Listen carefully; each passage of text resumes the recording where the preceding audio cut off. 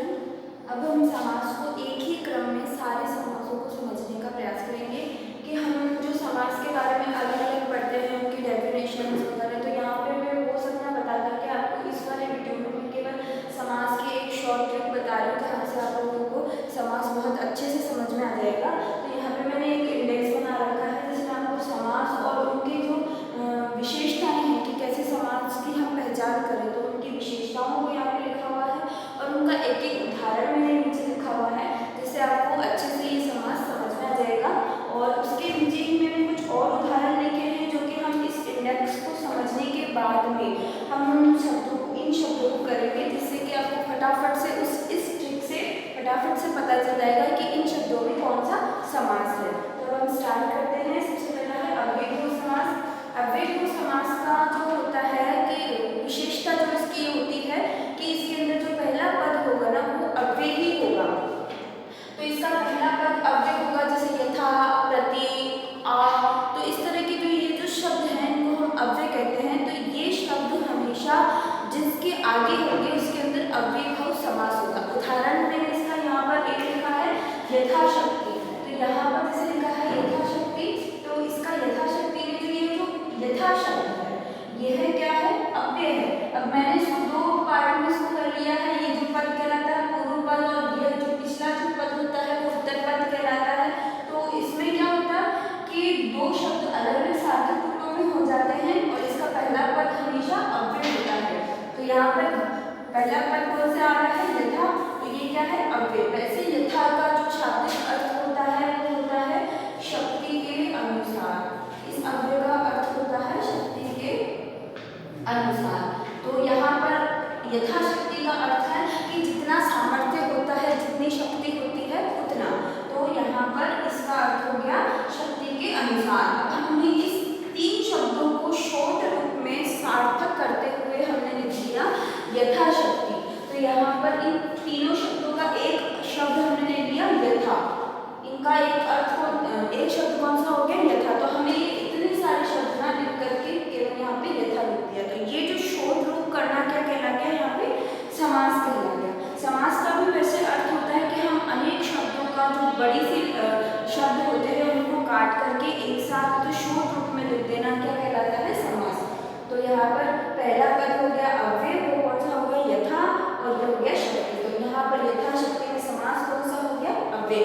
अब यहाँ पर मैंने एक ही उदाहरण लिया है यथा का। इसके अलावा इसमें प्रति, अनु और ऐसे कई सारे शब्द होते हैं जो कि मैंने इससे पहले वाले वीडियो में आप लोगों को बता दिया था। तो मैंने केवल यहाँ समझाने के लिए एक ही उदाहरण लिया है। और नेक्स्ट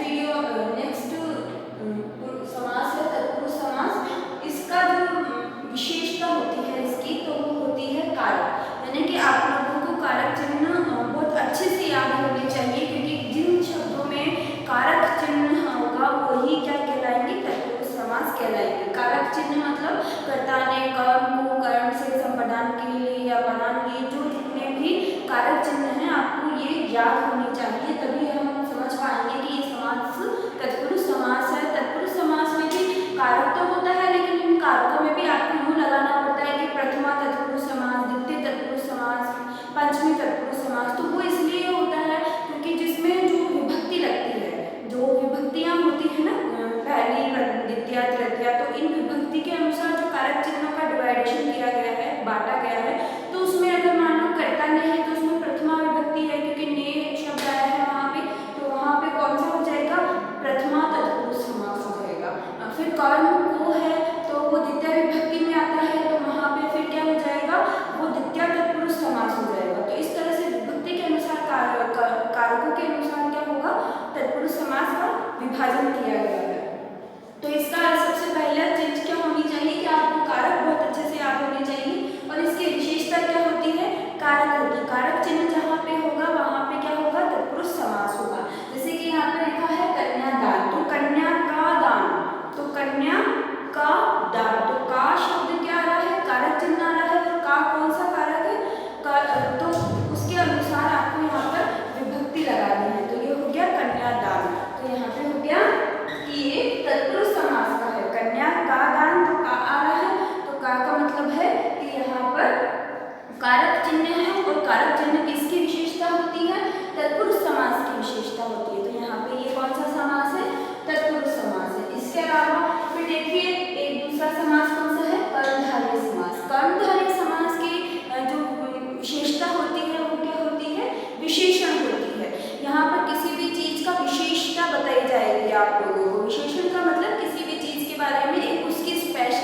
स्पेशलिटी जो होती है ना वो बताई जाएगी आपको। जैसे कि नील कमल, तो कमल तो है लेकिन कौन सा है, नीला है, नीले रंग का जो कमल है, तो नीला क्या हो गया यहाँ पे कमल की विशेषता होगी, कमल की विशेषता बता रहा है कि वो नीला है, तो ये नीला शब्द जो है वो विशेषण हो गया। विशेषण और विशेष जो जिस समास में आते हैं वो कौन सा समास हो गया, कर्मधारय समास। तो आप लोगों को देखना है कि जो शब्द की विशेषता बता रहा है या जो जहाँ पर विशेषता प्रकट हो रही है वो समास कौन सा कहलाएगा, कर्मधारय समास कहलाएगा। तो यहाँ तक आपका मेरे को लगता है तीनों समास क्लियर हो गए होंगे कि आपको यहाँ पर अव्यय में तो क्या होगा, पहला पद अव्यय होगा जैसे यथा, अनु, प्रति। तो आप लोगों को ये 5-7 जो शब्द हैं वो याद कर लेने हैं, जो जिनके आगे वो शब्द होंगे वो आपका अव्यय समास होगा। फिर जिस शब्द में आपको कारक चिन्ह मिल जाएगा, जैसे कि यहाँ पे लिखा है कन्या का दान, तो का मतलब कि वहाँ पे कारक आ गया है, तो कारक मतलब तत्पुरुष समास। फिर इसके बाद में कर्मधारय समास, जहाँ पर विशेषता प्रकट हो रही है तो वहाँ पे कौन सा समास हो गया, कर्मधारय समास। फिर इसके बाद में आ जाता है द्विगु समास। तो द्विगु समास के अंदर आपको क्या करना है कि संख्या द्विगु, जैसे कि आपको पता चल रहा है शब्द से ही, द्वि का मतलब दो हो जाता है, द्वि का मतलब क्या होता है, दो। तो जहाँ यहाँ पर पहला पद क्या होगा, संख्यावाची होगा, कि जहाँ पर पहला पद संख्यावाची होगा वो समास कौन सा हो जाएगा, द्विगु समास। इसके नाम से भी पता चल रहा है द्विगु, द्वि मतलब दो, तो जहाँ पर संख्या प्रकट हो रही है वो समास क्या कहलाएगा, द्विगु समास। तो इसकी विशेषता क्या हो गई, संख्या। इसकी विशेषता मैंने यहाँ लिख दी है, संख्या की जहाँ संख्या है वहाँ द्विगु समास है। जैसे आप इसका उदाहरण लेते हैं नव रात्रि, तो रात्र तो हो गई रात्रि, और नव का मतलब 9, तो 9 मतलब 9 रात्रों का समूह। तो यहाँ पर क्या हो गया, 9 क्या आ गई, संख्या आ गई, तो यहाँ पर क्या हो जाएगा, ये द्विगु समास हो जाएगा, क्योंकि इसमें पहला पद संख्यावाची आ रहा है इसलिए ये द्विगु समास। फिर इसके बाद में आता है बहुविग्रही समास। तो बहुविग्रही जो समास होगा उसके अंदर क्या होगा कि आपको एक ही शब्द का कोई और अर्थ आपको मिलेगा। जैसे शब्द तो आपको दिया हुआ होगा लेकिन उस शब्द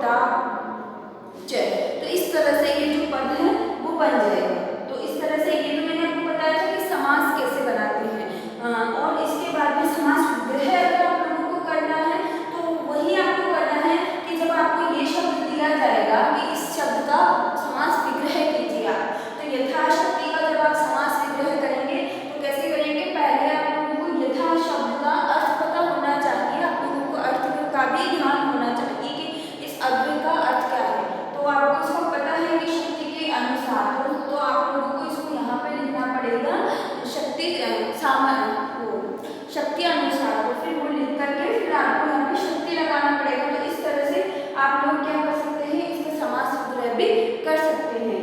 तो इस तरह से आप लोगों को यहाँ पे समास करना है। फिर इसके बाद में मैंने यहाँ पे कुछ उदाहरण भी लिखे हैं। तो अब हम इन उदाहरण की जो सारणी है मेरे हिसाब से आप लोगों को समझ में आ गई होगी, क्योंकि मैंने एक शॉर्ट ट्रिक में आप लोगों को बताई थी कि ना अव्यय जो होते हैं, अधिक समास होता है उसमें विशेषता अव्यय होती है, तत्पुरुष समास के कारक होते हैं, कर्मधारय की अवशेषण होती है, और द्विगु की संख्या, बहुविग्रह की बहुत से मतलब है बहुत अर्थ निकलते हैं, और द्वंद्व मतलब जोड़ा का मतलब एक योजक चिन्ह लगा करके एक शब्द लिखा हुआ होता है, दो शब्दों के बीच में एक योजक चिन्ह लगा होता है, वहाँ पे समास कौन सा होता है, द्विगु होता है। तो इस तरह से मैंने पूरा इंडेक्स यहाँ पे बना रखा था। अब हम कुछ फटाफट से इन शब्दों के द्वारा फटाफट से जानने की कोशिश करते हैं कि कौन से शब्द में कौन सा समास है। इस ट्रिक के आधार पर आप लोगों को ये शब्द बहुत अच्छे से समझ आ जाएंगे। ग्रह आगत, तो ग्रह आगत मतलब घर को गत, घर को गत का मतलब होता है जाना, कि घर को गया, ग्रह को गत, तो को आ रहा है यहाँ पे मिल रहा है को, तो को जहाँ पे आ जाएगा तो मतलब कारक चिन्ह है। कर्म को, तो कर्म बता रहा है ना यहाँ पे, तो यहाँ पे द्वितीय तत्पुरुष समास है। और यहाँ पर अगर आप द्वितीय भी ना लिखो तो सिर्फ इतना ही लिख सकते हो कि इसमें तत्पुरुष समास है। तो यहाँ पे आप लोगों को तो वैसे भी यही लिखना है कि इसमें समास कौन सा है, तो आप लोगों को लिखना है तत्पुरुष समास, द्वितीय तृतीय नहीं लिखना आप लोगों को इतना बड़ा, आप लोगों को लिखना है सिर्फ कि इसमें द्वितीय तत्पुरुष है। तो आप यहाँ पे इसमें लिखना है केवल कि इसमें तत्पुरुष समास है, तो आप यहाँ लिखोगे ये तत्पुरुष समास है। फिर आप लिखोगे गुणहीन, तो गुण से हीन, तो से मतलब कारक चिन्ह मिल रहा है आप लोगों को यहाँ पे से, गुण से, तो से क्या है, कारक चिन्ह है, और कारक चिन्ह किसकी विशेषता है, कारक चिन्ह है तत्पुरुष समास की विशेषता। तो इसमें क्या हो गया, तत्पुरुष समास हो गया। फिर रेखांकित, तो रेखांकित में रेखा से अंकित, रेखा से अंकित, तो यहाँ पर भी आप लोगों को क्या मिल रहा है, तत्पुरुष समास। से मतलब कारक चिन्ह, और कारक चिन्ह किसकी विशेषता होती है, तत्पुरुष समास। कारक चिन्ह किसकी विशेषता है, तत्पुरुष समास की, तो इस पे कौन सा समास हो गया, तत्पुरुष समास हो गया।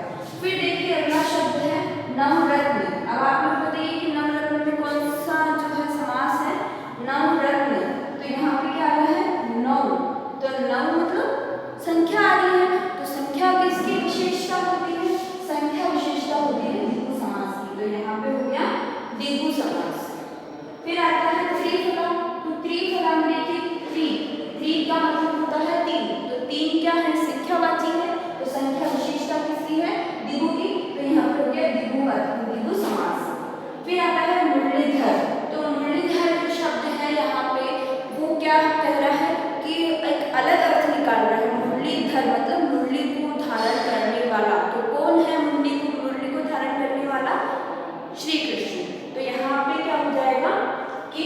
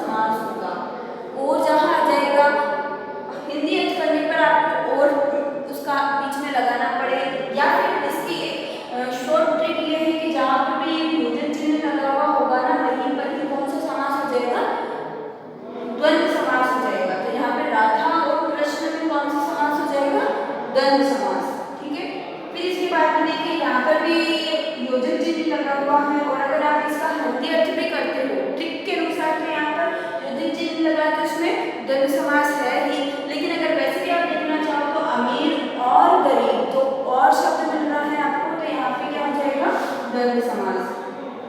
फिर इसके बाद में देखिए चक्रपाणी। तो चक्रपाणी में क्या आ रहा है कि चक्रपाणी यानी चक्र को धारण करने वाला, तो यहाँ पे चक्र को धारण करने वाले कौन है, भगवान विष्णु। तो यहाँ पे अन्य अर्थ क्या निकल रहा है, विष्णु, तो इसलिए यहाँ पे क्या हो जाएगा, इसका अर्थ हो जाएगा, इसका अर्थ हो जाएगा विष्णु। तो ये हो गया बहुविग्रही समास। फिर देखो लाल मणि। तो मणि कैसा है, लाल, मणि की विशेषता बता रहा है ये शब्द यहाँ पे कि मणि लाल रंग का है। तो जो विशेषता प्रकट कर रहा है वो कौन सा समास है, ये वाला समास, कर्मधारय समास। जहाँ विशेषता आ रही है वो समास कौन सा है, विशेषण, विशेषण आ रहा है वो है कर्मधारय समास। तो यहाँ पे कौन सा समास हो गया, कर्मधारय समास, क्योंकि यहाँ पे विशेषता प्रकट की जा रही है। फिर अगला शब्द है काली मिर्च। तो मिर्च कैसी है, काली है। तो यहाँ पे क्या हो गया कि यहाँ पर भी विशेषता प्रकट हो रही है, तो यहाँ पर भी क्या हो गया कि ये जो है कर्मधारय समास।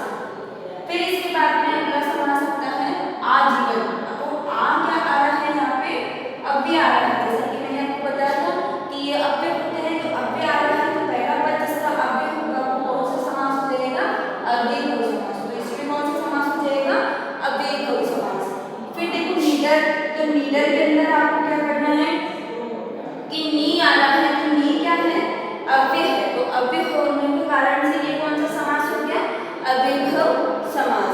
फिर इसके बाद में प्रति। तो प्रति भी क्या है, अव्यय है, तो अव्यय होने के कारण से ये कौन सा समास हो गया, अव्ययभाव समास। फिर दुष्चरित्र।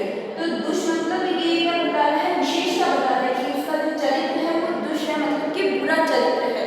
तो विशेषता प्रकट कर रहा है उसके चरित्र की। तो यहाँ पे कौन सा विशेषता इसमें आती है, कर्मधारय में, तो यहाँ पे कर्मधारय समास। फिर आ बीती। तो मतलब आग पर बीती, तो यहाँ पे कौन सा समास हो जाएगा, इसके अंदर समास कौन सा हो जाएगा, आग पर बीती। तो इसके अंदर पर शब्द आ रहा है, तो इसका मतलब ये तत्पुरुष समास है, क्योंकि आपको यहाँ पे क्या मिल रहा है, कारक चिन्ह मिल रहा है पर, तो यहाँ पे हो जाएगा